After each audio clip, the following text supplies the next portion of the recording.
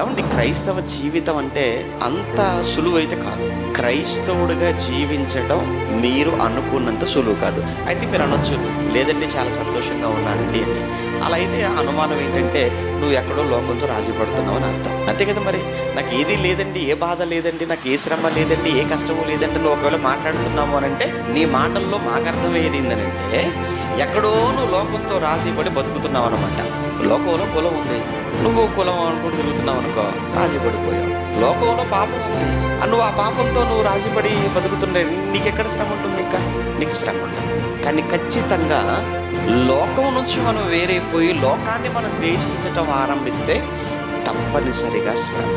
అలా అని శ్రమ వచ్చింది కదా, కష్టం వచ్చింది కదా, బాధ కలిగింది కదా అని వెంటనే మనం మన విశ్వాసాన్ని, మన ఓపికను మనం ఎట్టి పరిస్థితుల్లో మనం పాడు చేసుకోకూడదు.